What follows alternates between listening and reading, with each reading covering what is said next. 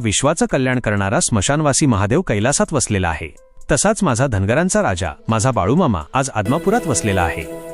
आदमापूर हे दुसरं तिसरं काही नसून बाळूमामांच्या भक्तांसाठी साक्षात पृथ्वीवरचं कैलास आहे। आता जे समोर दिसतंय ते डोळे भरून साठवून घ्या। आज तुमचे डोळे पावन करून घ्या। ही बघा माझ्या राजाची काठी, हे त्यांचे पवित्र कपडे। या वस्तूंना साक्षात मामांचा स्पर्श झालाय। ही मामांची ऊर्जा आहे। हा बघा तो ऐतिहासिक वाडा जिथे मामा दुपारी विश्राम करायचे। ह्या वाड्यात मामांसाठी दरवर्षी नवीन कोल्हापुरी चप्पल ठेवली जाते। आणि चमत्कार बघा, वर्ष संपल्यावर पाहिलं तर ती चप्पल खालून झिजलेली असते। याचा अर्थ आजही माझा बाळूमामा भक्तांच्या रक्षणासाठी कपाळावर भंडारा लावून, हातात ती काठी घेऊन आणि पायात चप्पल घालून रात्रभर गस्त घालतो। आणि आता ऐका अंगावर काटा आणणारा इतिहास। हे मरगुबाईचं मंदिर, जिथे माझ्या मामाने शेवटचे काही दिवस घालवले।